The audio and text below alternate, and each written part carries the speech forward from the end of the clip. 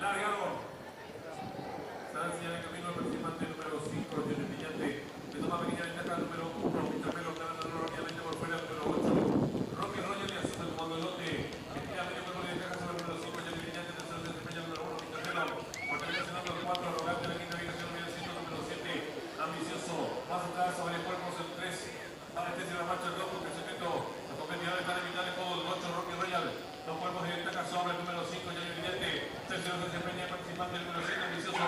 Cuando viene sonando el 5 y el 4. Arrogante en la quinta ubicación, el 1, Mr. Melo, los competidores de la sexta carrera. Hace su ingreso a la recta final. Último 400 metros finales, el número 8, Rocky Royal. Intenta la disparada. Corre con dos cuerpos y viene ventaja sobre el número 7, Ambicioso. Tercero se desempeña el participante el número 5, Johnny Brillante. Depende de los